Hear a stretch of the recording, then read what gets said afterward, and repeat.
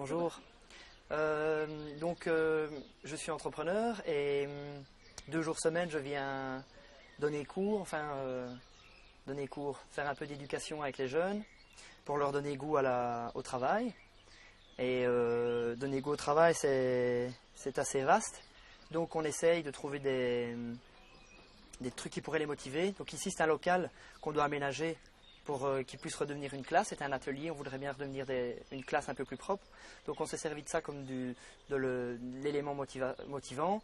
On a refait l'échappe dans le local de gauche et ici on est en train de carreler. Bon, c'est pas toujours simple, c'est pas nécessairement parce qu'on est en train de faire quelque chose qui va leur servir pour eux.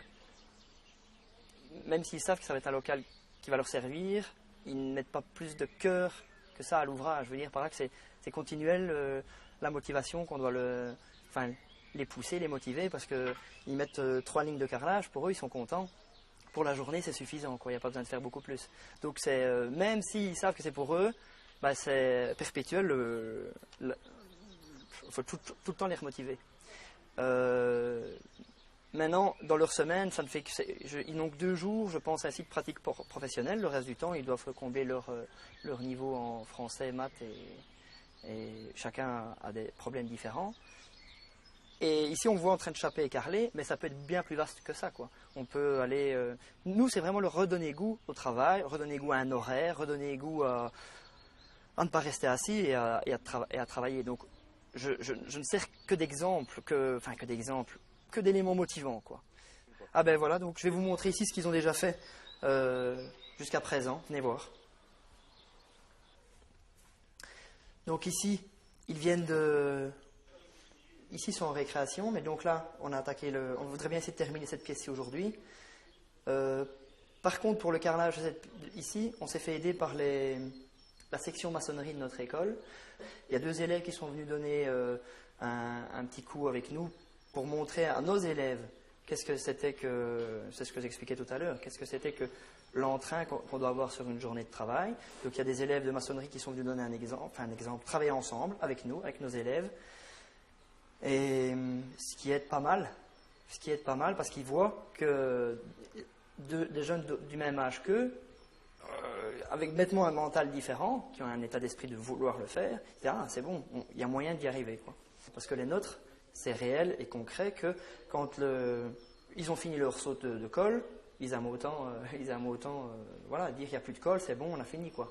Ils n'ont pas le mécanisme, il n'y a plus de colle, j'en refais, je remélange mon produit, je suis reparti. Enfin bon. Donc ici, on n'a plus qu'après, donc on termine ça aujourd'hui, et après il y aura l'étape faux plafond et mise en couleur du local. Voilà. Ce qu'on voudrait bien réussir à expliquer, c'est que le travail, ce n'est quand même qu'un outil pour nous. C'est pas, on ne veut pas qu'ils deviennent carreleurs, on ne veut pas qu'ils deviennent chapistes. Ce n'est que des armes, ce qu'on met en place pour essayer de trouver l'élément qui va les motiver, l'élément qui va faire que, l'élément déclencheur qui va dire, ah, ça y est, moi j'ai trouvé, ça me tente ce truc. Parce que la semaine prochaine, on va peut-être aller couper une pelouse, tailler un arbre, tondre une pelouse, et c'est complètement différent. Cette semaine, on carle, on chape, et dans 2 mois, on est en vacances, mais dans 2 mois, on est peut-être en train de faire de la peinture, on est peut-être en train d'aller mettre des tuiles sur un petit appentis. Ce qu'on veut, c'est ça, c'est essayer, en montrant un pêle-mêle ou un éventail de plein de petites mises en situation de travaux qu'on trouve à droite à gauche, de trouver l'élément qui va faire que le jeune dit « Bon, moi là, j'ai trouvé le truc qui me tente. » Et c'est pas gagné d'office, puisqu'on a quand même des jeunes qui... On pense avoir trouvé quelque chose qui les tente, parce que nous, dès qu'on a trouvé l'élément qui les tente et qu'on sait que d'un point de vue caractère, quand on va les mettre dans une entreprise en situation réelle, ils ne vont pas poser problème avec l'équipe, l'entreprise, les clients, parce qu'il y a quand même aussi un point de vue respect, politesse et tout ça. Il y a quand même des jeunes qu'on a trouvé, ah toi c'est la maçonnerie, on voit bien, tu accroches, ça va bien, ça va vite. Tu as envie, tu as un sourire quand tu fais de la maçonnerie, hop, on lui trouve un endroit de stage en maçonnerie, et c'est pas gagné d'avance, il y en a quand même pas mal qui reviennent parce que c'est ça la maçonnerie, il faut travailler 8 heures, on ne mange qu'une demi-heure à midi, et ils aimeraient bien avoir travaillé une journée, dormir une journée, travailler une journée, dormir une journée, ce qui n'est pas le cas en réalité. Donc c'est du long terme, on ne peut pas dire, on a trouvé le travail qui lui correspond, c'est bon, ne cherchons pas, c'est parti pour toujours, il fait ça. Non, c'est loin de là. Il faut à chaque fois aller voir en stage si ça se passe bien, la voir avec le patron si le patron parce qu'on a besoin du patron. Enfin bon, moi je suis patron dans la construction, mais on a des jeunes qu'on met en stage en cuisine, il y a des jeunes qu'on met en stage en coiffure, en esthétique. Bon là, je ne peux pas moi juger s'ils sont capables. Donc on a besoin du patron pour nous dire, bon, ça va, est-ce qu'on a trouvé la voie? Parce qu'on a des fois des jeunes à qui on doit faire comprendre que leur rêve ne leur correspond pas. Ils ne seront pas tous champions de foot, ni même... Et donc voilà, ça c'est l'étape un peu plus compliquée. C'est retomber les pieds sur terre et dire, bon, tu adores la peinture, mais tu as deux mains gauches. Et il faut lui dire gentiment que ça arrive et qu'il n'y a pas de mal avec ça, qu'il pourra toujours faire ça comme passion, mais certainement pas comme pour faire son métier. Voilà. Sur les 12 élèves qu'on a ici au sein de l'école, ben c'est de au moins d'en sortir un certain pourcentage du lot. Maintenant, c'est ce qu'il disait, il y en a, c'est pas gagné d'avance, quoi. Non. Il y en a où c'est pas gagné d'avance et on est en recherche tous les jours. Oui, et... c'est un challenge à faire et à répéter tous les jours. Ouais. Donc, Ouais. même ceux qui sont en stage, on ne dit pas que c'est gagné à 100%, Non. c'est certain, parce que bon, du jour au lendemain, ils peuvent annuler leur stage. Donc, Ouais, donc sur la douzaine d'élèves, on est fiers, en tous les cas, nous autres, on a réussi un challenge, c'est de pouvoir en sortir 6 voire 7 du lot, quoi. Donc, et ça, c'est une victoire pour nous. Parce que même si le restant, ben, pour le restant, c'est pas qu'on les abandonne, loin de là, on ne va pas les abandonner. On va travailler, on va poursuivre le travail avec eux. C'est comme ça. Donc on attend le petit déclic pour ces élèves-là. Voilà. Bon, bonjour Sarah. Tu es une des jeunes que nous avons accueillies il y a maintenant presque 5 ans à l'Entrelien. Alors peux-tu nous rappeler éventuellement ton parcours, le parcours avant de nous rencontrer, d'une part, le parcours pendant, et puis aussi, peut-être en terminant sur une bonne note, ce qui s'est passé pour toi après. Et en fait, moi j'ai en fait à mes 12 ans, j'ai eu une interruption scolaire qui a duré environ 5 ans, durant lesquelles j'ai été hospitalisée à plusieurs reprises. Et en fait, en fait, je vous ai rencontré par le biais de l'école L'Escale, en fait, qui est l'école de Saint-Luc. Et en fait, j'avais réentrepris un travail avec eux parce que pendant ces 5 ans d'interruption scolaire, j'avais pas du tout suivi de cours, j'étais nulle part. La seule chose que je savais, c'est que je voulais faire des études après, que je voulais pas que ces 5 ans me limitent toute ma vie. Et donc en ça j'étais motivée, mais j'avais pris un retard énorme et je ne voyais pas des possibilités pour re-rentrer dans le circuit scolaire. Et donc à l'Entrelien j'y ai été, j'étais en même temps hospitalisée à l'hôpital de jour de Fonroy et en même temps je venais un mercredi par semaine et puis après ça a été 2 matinées par semaine à l'Escale où je faisais un peu de mathématiques, de français. Mais il n'y avait pas vraiment... on pensait plutôt aller vers le jury central, mais à l'Escale, ils ne se sentaient pas prêts à m'y préparer. Ils ne pensaient pas pouvoir m'y préparer. Et c'était une époque où j'étais quand même vraiment pas bien, très renfermée sur moi-même. J'avais vraiment, avec ces années d'hospitalisation, perdu fort confiance en moi. Et donc, en fait, l'Escale s'est rendu compte que eux, c'était pas possible, puisqu'en plus, c'était dans les unités de Saint-Luc, en pédiatrie, que j'allais les voir. Et bon, ils trouvaient que c'était un peu difficile de continuer le travail comme ça, et donc ils m'ont mis en contact avec l'Entrelien. Alors, quels sont les apports que l'Entrelien t'a apportés? Quels sont les apports de l'Entrelien plutôt? Mais en fait, avec l'Entrelien, j'ai mis en place déjà un projet, donc voir les possibilités, les différentes possibilités qui s'offraient à moi pour pouvoir atteindre ce dont j'avais envie. Mais j'ai aussi plus déterminé ce dont j'avais envie, parce que je savais que je voulais faire des études, je savais que je voulais pas être limitée par mon parcours. Et donc, rappelle-nous, tu avais 17 ans à l'époque, hein, c'est ça? 17 ou 18 ans 17 Tu ans. allais avoir 18 ans. Ouais. Et tu étais arrêtée au niveau d'une première ou une deuxième secondaire. J'avais été que 6 mois en première secondaire. Voilà, donc Voilà. Ton niveau officiel, c'était première année. Ouais, mais j'avais même pas le diplôme final parce qu'en fait j'avais passé les examens en étant à la maison malade et donc j'avais un diplôme qui m'envoyait en qualification, je pense, qui me permettait pas de continuer en général Et donc je n'avais même pas eu vraiment une fin de première humanité, je vais rien. Comment as-tu vécu l'atelier d'écriture? J'ai été contente de cette proposition-là parce qu'en fait reprendre l'école j'en avais envie mais ça me faisait très très peur parce que avec autant d'années de coupure comme ça j'étais un peu tout à fait perdue au niveau contacts sociaux et même me connaître moi et avec le travail d'écriture entre autres de François puis un peu de l'art plastique je me suis plus trouvée moi-même, j'ai repris confiance par ce travail-là en moi, j'ai plus compris mes idées, ce que je pensais, ce que je voulais. Et là, avec entre autres le travail d'écriture, j'ai mis en place plus une idée d'envie de voyage. J'avais écrit un texte sur une envie de partir que j'avais. Et ça a été un fil conducteur aussi pendant tout mon travail à l'Entrelien parce que j'ai mis en place un voyage au Népal. Peux-tu situer éventuellement un moment important dont tu te rappelles, un truc qui a fait mouche? Donc tu as rappelé l'écriture, ton voyage, il y a eu le travail graphique. Oui, j'ai beaucoup aimé. J'ai fait donc en fait du travail d'écriture, j'avais écrit un petit texte. Et avec l'atelier de dessin, on avait eu l'idée de l'illustrer. Et ça m'avait vraiment. J'étais fière de moi et ça m'a fait vraiment du bien parce que j'aimais bien mon texte et j'aimais bien les dessins et je sais pas, je me sentais valorisée de faire ça et c'était vraiment pour moi important.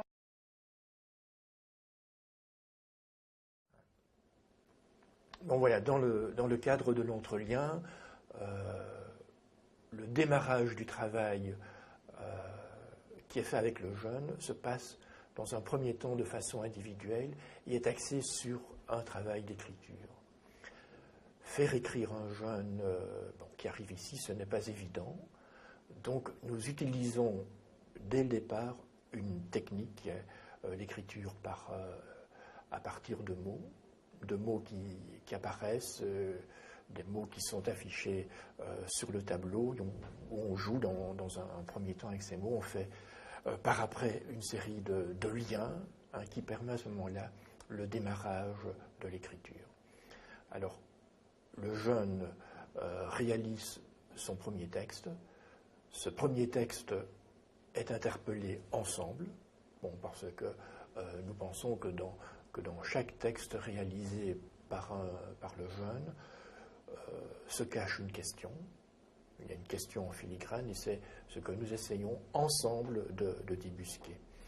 Et c'est à partir de cette question que peut apparaître ou peut être mise en évidence une problématique plus large qui, à ce moment-là, peut faire appel à ce que nous appelons une recherche de sens, une recherche d'éléments supplémentaires pour expliciter ce qui se trouve effectivement au niveau de la question.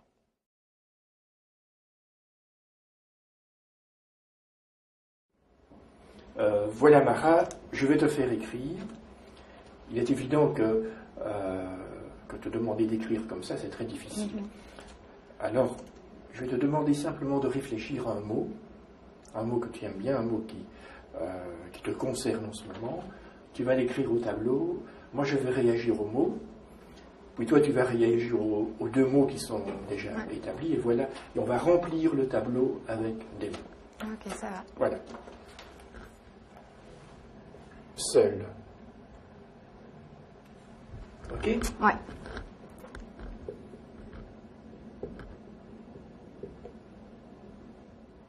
Adulte. Ok. Parler. Se taire. Enfin, voilà. Ouais.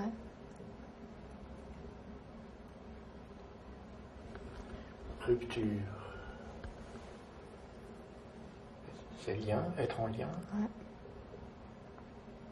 On va mettre un S. Voilà. Amour, ben c'est la même chose, je crois qu'on l'a déjà mis. Voilà, ça fait déjà pas mal de mots. Maintenant, je vais te proposer de faire des liens entre les mots. Et pour pouvoir commencer une histoire. Voilà, je vais te montrer. Bon, après l'école, je suis parti au cinéma. j'ai rêvé de je ne sais pas très bien quoi. Ah, voilà, c'est le début d'une histoire. Ouais. C'est un peu. En amour, on peut avoir de la tristesse et de la peur, ainsi que des malheurs. Voilà. Et on peut se perdre. Ouais, on peut se perdre, on peut partir, on peut aussi voyager. Ok, voilà. Donc maintenant, je te propose d'écrire un texte. Tu peux partir d'un autre mot et tu commences ton histoire. D'accord.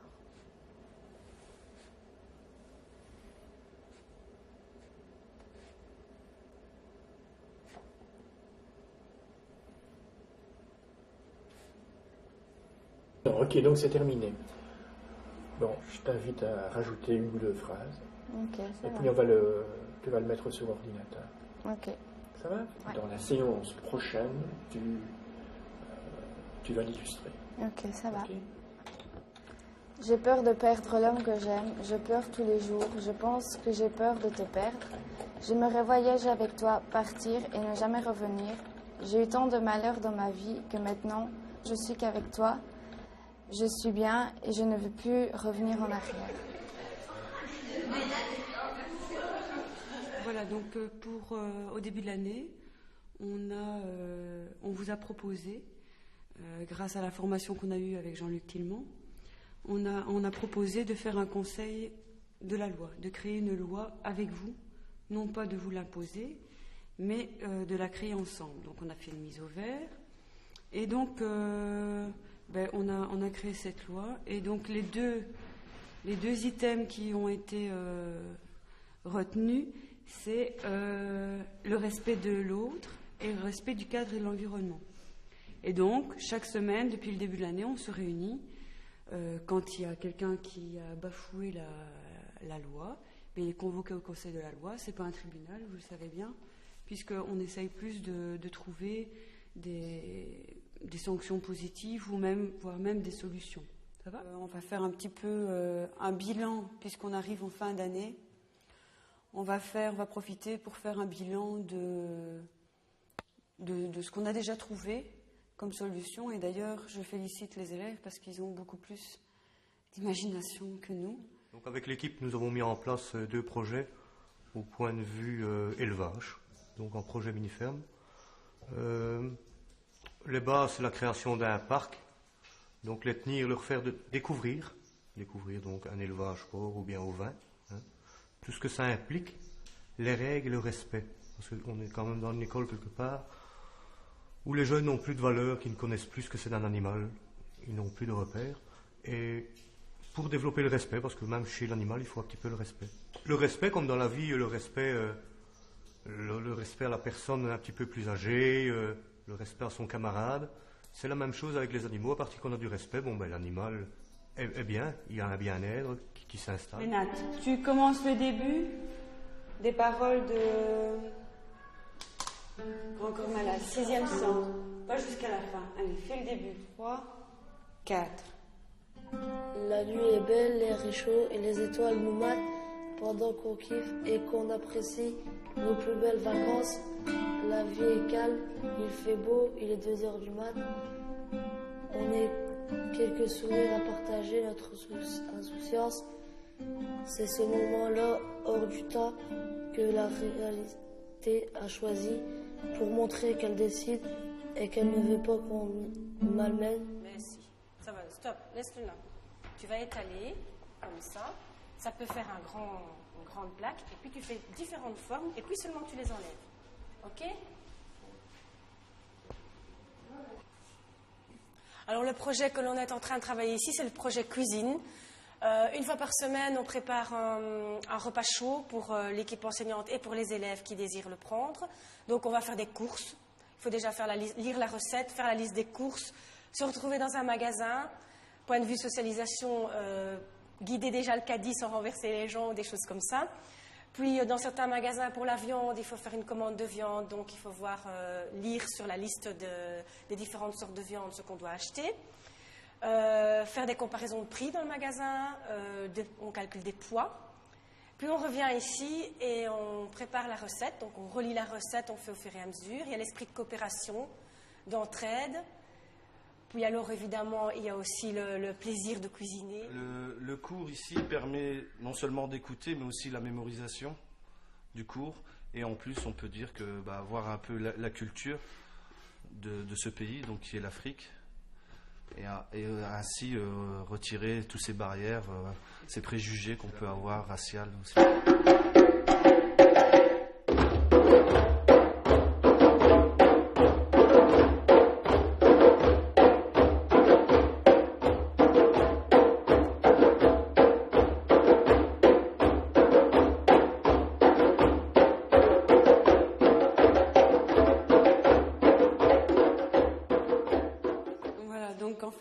Pourquoi on a créé ce genre de projet ici à la Passerelle?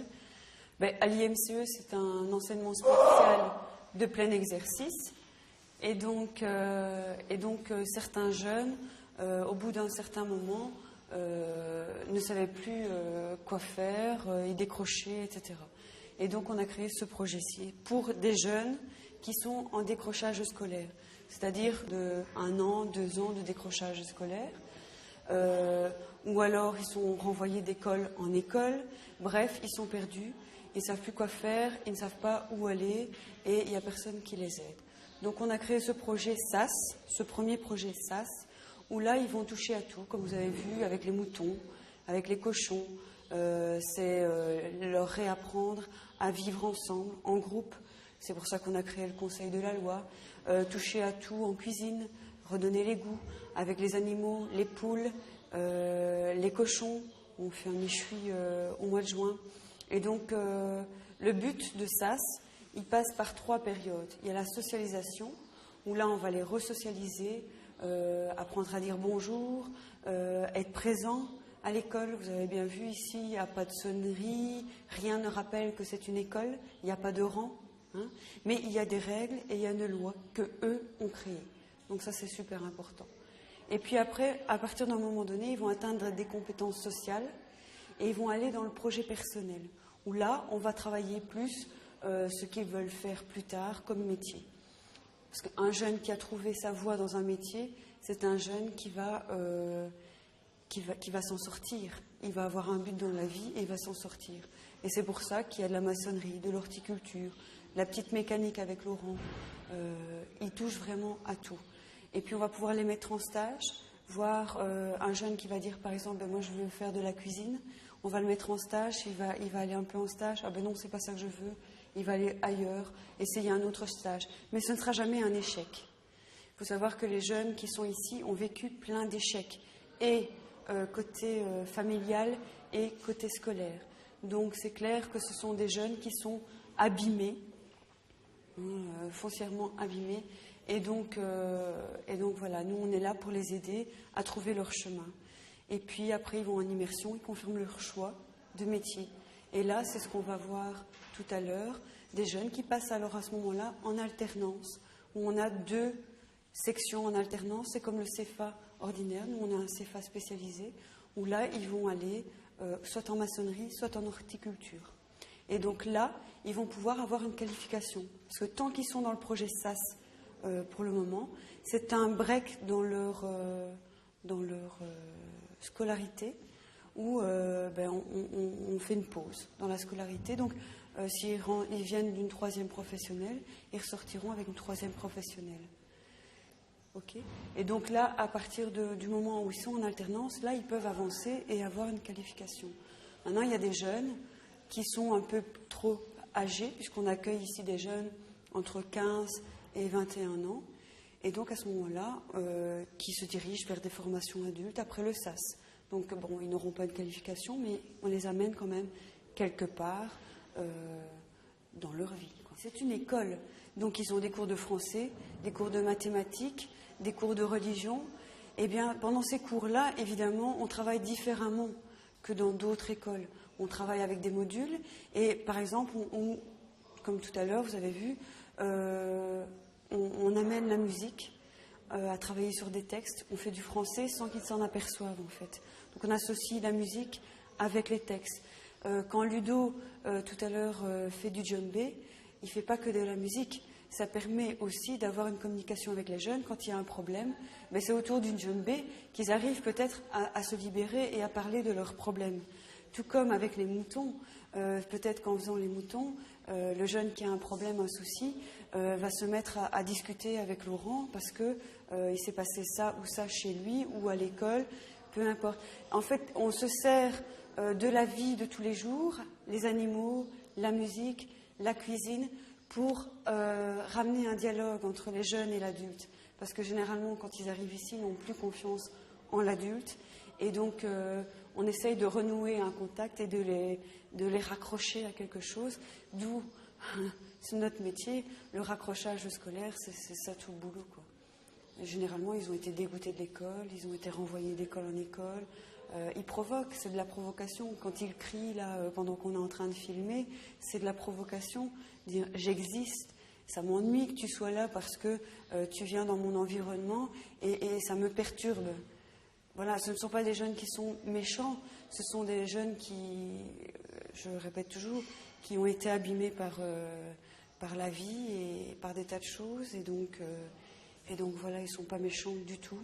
Ils ont besoin d'amour, ils ont besoin qu'on s'intéresse à eux, ils ont besoin d'être valorisés, parce que bien souvent ils sont dévalorisés. Et donc tout ça, tout le travail qui est fait ici, j'espère qu'on leur apporte quelque chose. Maintenant, on n'a pas de baguette magique et on n'arrive pas avec tous les jeunes, ça c'est clair. On a des jeunes qui sortent d'IPPJ aussi, de centres fermés. On doit retravailler avec eux plein de choses. Au niveau de leur comportement, de leur socialisation, de leurs repères à refaire. Et c'est clair qu'on travaille beaucoup avec les IPPJ, avec les familles. On veut que les familles soient partenaires.